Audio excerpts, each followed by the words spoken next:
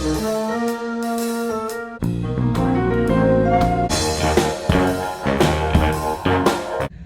Morning guys, welcome back to my channel which is Siya का mad house. तो last video मैंने डाला था 9th को एंड आज है 12th, कल है करवा चौथ। तो मैं 9th को डॉक्टर के यहाँ से दिखा के मम्मी के यहाँ आ गई थी, अपनी मम्मी के यहाँ, एंड वहीं पे हूँ मैं तब से। और कल है करवा चौथ, तो कुछ चीज़ें तो मुझे लेनी है। हेल्थ अपडेट मैं आपको घर पहुँच के दूँगी। फ़िलहाल इन शॉर्ट बता रही हूँ कि अभय की भी तबीयत ख़राब हो गई थी कल, अभय को भी फीवर था। सिया का फीवर टूटा है बट वो अभी सही नहीं है। तो मैं अभय को, सिया को और प्रिंस को घर पे छोड़ के आई हूँ थोड़ी देर के लिए, और कुछ जो बहुत इंपॉर्टेंट चीज़ें हैं वो ख़रीदने आई हूँ। तो फटाफट से चलते हैं, मम्मी भी है मेरी साथ में, तो सामान लेते हैं एंड फिर वापस से घर चलते हैं और पापा और बेटी की सेवा में लगते हैं। तो सबसे पहले हम ले लेते हैं सुहाग की कुछ मैंडेटरी चीज़ें, जैसे बिंदी, मेहंदी, नेल पेंट, आलता वगैरह। एंड देन मुझे चूड़ी चाहिए थी, बट चूड़ी कुछ मुझे खास पसंद नहीं आ रही थी, तो मैंने ये वाले कड़े लिए। ये भी कांच के थे, बहुत सुंदर कड़े हैं। ये मम्मी को भी बहुत पसंद आए, तो एक सेट मम्मी ने लिया, एक सेट मैंने लिया। कलेक्शन यहाँ पे बड़ा सुंदर था, बट मरून वाले कुछ थोड़े से यूनिक लग रहे थे, इसलिए हमने वो वाले लिए। एंड बॉबी पिन और सेफ्टी पिन तो जब आप कॉस्मेटिक शॉप पे जाओ तो एक सेट ले ही लेना चाहिए।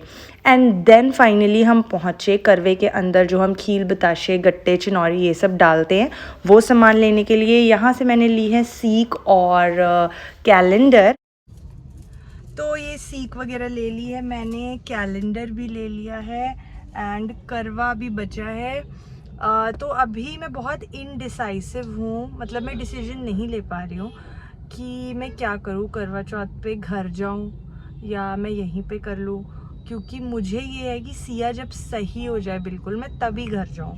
क्योंकि मेरा घर है बहुत ज़्यादा फैला हुआ, वहाँ रेनोवेशन चल रहा है। ऑल्दो मैंने रेनोवेशन रुकवा दिया है, काम कुछ नहीं हो रहा है, बट ऑब्वियसली जो ऑलरेडी फैला हुआ है, जो ऑलरेडी धूल मिट्टी है, अब उसे मैं साफ़ करूँगी, फिर वो उड़ेगी, फिर उसको एडेनॉइड्स ट्रिगर करेंगे। तो मुझे लग रहा है कि बिल्कुल ठीक हो जाए तब मुझे घर जाना चाहिए, सो दैट जब सफाई वगैरह हो तो उसको उतनी प्रॉब्लम ना हो। मैं मतलब मुझे समझ नहीं आ रहा, क्योंकि अभी तबीयत ख़राब है। अभी अगर गंदगी में रहेगी तो भी उसको प्रॉब्लम होगी, मतलब अगर मैं साफ़ नहीं करती हूँ तो भी प्रॉब्लम है, और साफ़ करती हूँ तो भी फिर धूल उड़ेगी तो भी प्रॉब्लम है। तो ये है। और जाने का मेरा इसलिए थोड़ा सा मन हो रहा है क्योंकि मैं कोई कपड़े नहीं लाई हूँ करवा चौथ के लिए। तो मेरे पास बस ये सब ऐसे कपड़े हैं, तो कपड़े कुछ नहीं है। बाकी तो ये है सिंदूर, बिंदी, श्रृंगार, ये सब तो मैंने ले लिया है। ये तो लेते ही हैं, नया ही लेते हैं, तो ये सब चीज़ें तो हैं। प्लस मेरा पीतल का जो करवा, हम लोग क्या होता है कि पीतल का करवा फर्स्ट करवा में आप ले देते हो और वही लाइफ टाइम चलता है। मिट्टी का करवा सिर्फ एक जैसे वो चेंज करने के लिए होता है ना, उसके लिए ख़रीदा जाता है हर साल। तो इसलिए भी नहीं समझ में आ रहा है कि मेरा करवा भी वहीं पे रखा है, कपड़े भी कुछ भी नहीं है मेरे पास। पर मुझे ये भी लग रहा है वहाँ जाके भी मैंने कोई तो तैयारी की नहीं है। मतलब साड़ी मेरी मम्मी ने मुझे करवा चौथ की बहुत पहले दिलवा दी थी, तो साड़ी तो है मेरे पास, पर मैंने उसका ब्लाउज सिलवाया नहीं है, क्योंकि मैं 26-27 से बस इसी सब में लगी हुई हूँ। सिया की तबीयत ख़राब है, ये वो, तो मैं कभी ब्लाउज़ स्टिचिंग के लिए डालने दे ही नहीं पाई। तो अब ये भी प्रॉब्लम है, तो वहाँ जाके भी मेरे को कुछ जुगाड़ ही पहनना पड़ेगा कि हाँ साड़ी पहन ली तो ब्लाउज़ कुछ पहन रही हूँ, कुछ का कुछ होगा इस बार। तो इस बार का करवा चौथ ऐसे ही निकलने वाला है। तो अब मैं बस यही डिसीजन नहीं ले पा रही हूँ कि क्या करूँ, यहाँ पे रुकूँ कि वहाँ पे जाऊँ। तो अभी मैं आज सोच लेती हूँ कि मुझे क्या करना है। अब जैसे मेरे को बड़ा ना मेहंदी का बहुत क्रेज़ रहता है तीज और करवा चौथ पे, कि ऐसे यहाँ तक खूब मेहंदी लगवाओ। पर अभी सिया की तबीयत ख़राब है, मैं ऑलरेडी मार्केट आई हूँ, तो यहाँ पे भी मुझे टाइम लग गया है। अब मैं फिर मेहंदी भी लगवाने जाऊँगी तो फिर बड़ा ही उसको, मतलब एक्चुअली वो ऐसा नहीं कि रह नहीं पा रही अकेले, बट द प्रॉब्लम इज़ उसको एक थोड़ा रूटीन हम लोग ने फॉलो करवा रखा है कि उसे स्टीम दे रहे हैं टाइम टू टाइम, उसको सिकाई कर रहे हैं, उसको कुछ ना कुछ दे रहे हैं 1-2 घंटे में, तो वो पूरा रूटीन ख़राब हो जाएगा। और ऐसा ना हो कि मेरे करवा चौथ सेलिब्रेशन के चक्कर में उसकी तबीयत जो थोड़ी बहुत हमने सही की है वो वापस से ख़राब हो जाए। तो इसलिए मैं सोच रही हूँ कि थोड़ा I should compromise on my outfit and everything, कि मैं कुछ देखती हूँ मम्मी के पास, मम्मी की कोई साड़ी वगैरह या मम्मी का कोई सूट वूट, ऑल्दो मुझे बहुत ढीला होगा, पर अब कैसे तैसे काम चला लेंगे। मतलब अगर मैं यहाँ रुकती हूँ तो फिर यही ऑप्शन है कि मम्मी का कुछ पहनूंगी और बाकी चीज़ें तो मैनेज हो जाएंगी। और वहाँ पे जाने से ये ड्रॉबैक है कि सिया की तबीयत ना ख़राब हो जाए, क्योंकि वहाँ गंदगी अभी पूरी फैला हुआ है घर। सो आई एम स्टिल कंफ्यूज। देखते हैं, इस व्लॉग में फिगर आउट कर लूँगी एंडिंग तक कि क्या करना है, जाना है कि नहीं जाना है, कि क्या करना है। So let's see. मम्मी गई हैं अभी, यहाँ पे हम लोग आए हुए हैं, ये राशन की शॉप है। तो मम्मी बहुत सालों से, 10 सालों से यहीं से राशन लेती है। तो राशन मैं भी यहीं से मंगवाती हूँ क्योंकि ये अच्छा राशन देते हैं। मेट्रो वगैरह से सिर्फ मैं वैसी पैक्ड ग्रॉसरीज लेती हूँ जो सब पैकेट पे आता है। यहाँ से हम लोग नॉर्मल वाला राशन, जैसे आटा, चावल, ये सब, दाल, तेल वगैरह, क्योंकि इनके यहाँ मशीन है तो ये अपना खुद से सब चक्की वक्की पे पीस के देते हैं। तो मैं भी अपना सारा सामान हमेशा से यहीं पे मंगवा लेती हूँ मम्मी के पास, और जब मेरा इधर चक्कर लगता है तो मैं अपना उठा के ले जाती हूँ। तो अभी मैंने कहा कि मेरा भी मंगवा लो मम्मा और अपना भी ले लो। तो मम्मी वही गई हैं, उन्होंने पैक करके रखा है, बस जाना है, पेमेंट करना है और गाड़ी में रखवाना है। So I am just waiting for mummy. बस फिर घर चलते हैं। फिर सिया को स्टीम देनी है क्योंकि अभी स्टीम वाला सेशन कुछ स्टार्ट नहीं कर पाए हम लोग। That is also very important. तो मेरा इस बार वाला करवा चौथ ना ऐसे ही रहेगा, एकदम अतरंगी सा, अलग सा। ऐसा करवा चौथ मैंने कभी भी नहीं मनाया। तो देखती हूँ इस बार कैसे जुगाड़ू करवा चौथ मेरा आता है। मैं ट्राई करूँगी कि मैं इसे शूट कर पाऊँ।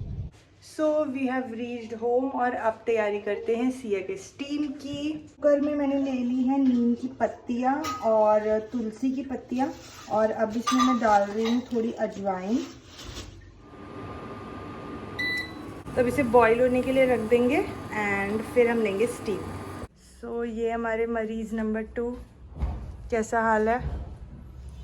हाल कैसा है? गले में दिक्कत है और बुखार रात में हो गया था, इतना भयानक ठंड लग रही थी। बड़ा कंबल मोटा ओढ़ के सोया, तब थोड़ा कुछ राहत मिली। अभी गले में थोड़ी समस्या है, गला दर्द हो रहा है। चलो एटलीस्ट फीवर नहीं आया है तो थोड़ा पॉजिटिव चीज़ है ये। हाँ, हमें लगता है बस एक ही दिन का था वो। एक दिन का नहीं था, तुम्हें मम्मी ने दवाइयाँ दी उसकी वजह से सही हुए हो। ये भी हो सकता है। अरे कुकर से दूर रहना। अब है और सिया बैठे हैं और अंदर एक कुकर। अब सीटी किससे निकालोगे लेकिन? प्रिंस कोई पेंसिल कलर देना। सो अंदर ये माहौल होता है। सिया बैठती है गोदी में और अब है या मैं इसको गोदी में लेके बैठते हैं एंड देन कुकर से धीरे धीरे सीटी। थोड़ी ज़्यादा निकालो। चलो तुम लोग लो। तो अब है, जब कल ऑफिस से आए थे तभी से माहौल गड़बड़ा चुका था, फीवर वगैरह आ गया था, तो हालत ख़राब हो चुकी थी, बट अब बेटर है। सो सिया की हेल्थ अपडेट भी मैं आप लोगों को बता देती हूँ क्योंकि काफ़ी लोगों ने मुझसे पूछा है। बहुत लोग बहुत कंसर्न थे। Thank you so much for checking upon us. And Siya का मैंने हेल्थ अपडेट आपको दिया था 9th को।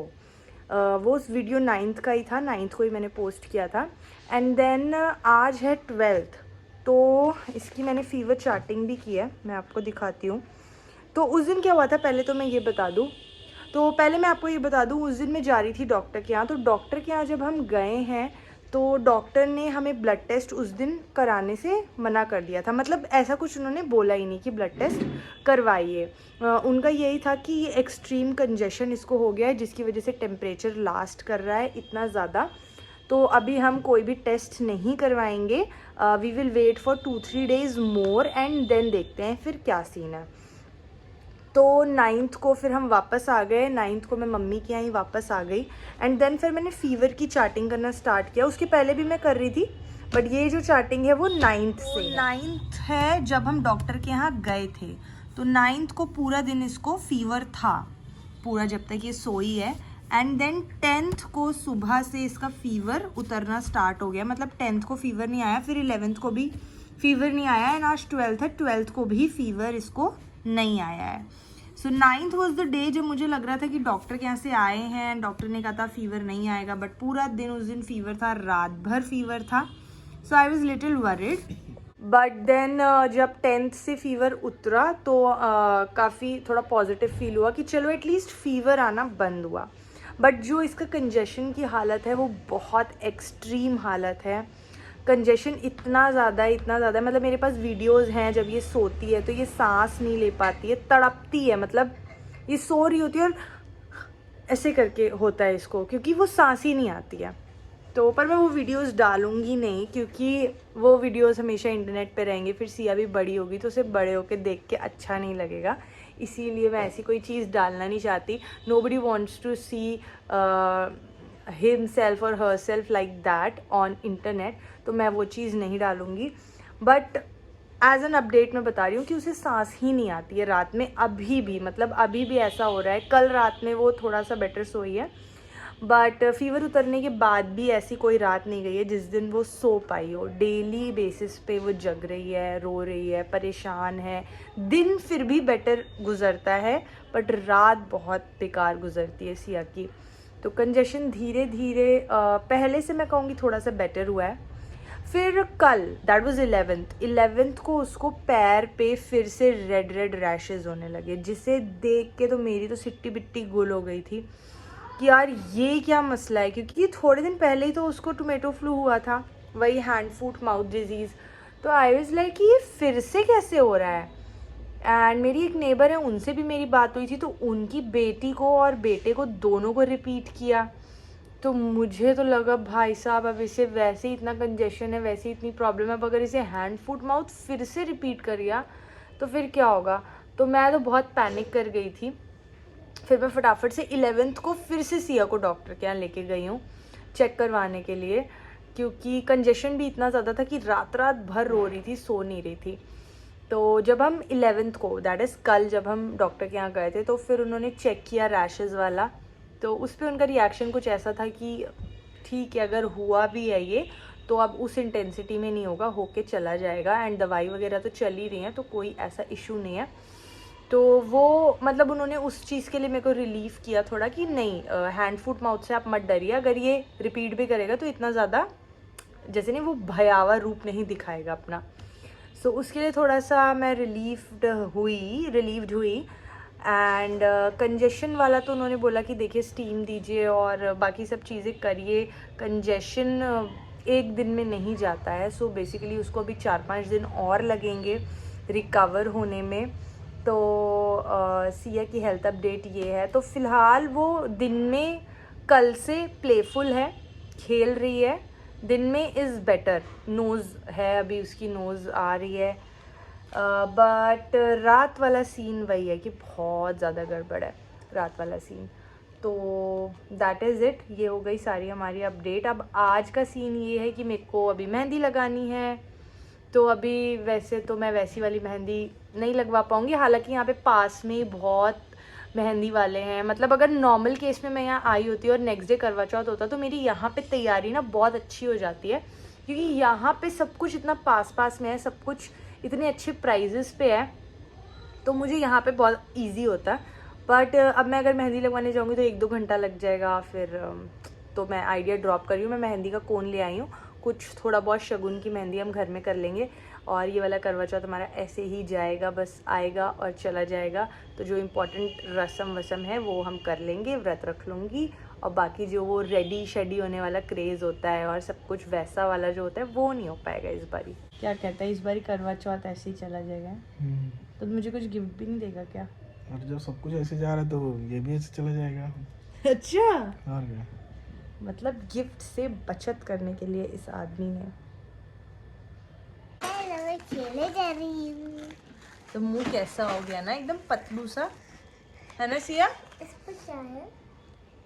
मेरी मदर इन लॉ से मेरी बात हुई थी, उन्होंने कहा कि कोई भी पुराना कपड़ा पहन के पूजना नहीं, तीज और करवा चौथ में हमेशा नए कपड़े पहनते हैं। तो मम्मी के पास हैं सूट नए, पर अब वही है कि बिल्कुल नहीं आएंगे। तो मेरी मदर इन लॉ कह रही थी भले ही तुम एक कुर्ती ले लो सिंपल सी, पर कुछ नया ले लेना और उससे पूजना। तो मैं और मम्मी आए हैं फटाफट से, घर के पास ही एक शॉप है, बस वहाँ आए हैं, फटाफट से कुछ भी देखती हूँ और जल्दी चलते हैं। अच्छा लग रहा है। ये वाला कितने का है?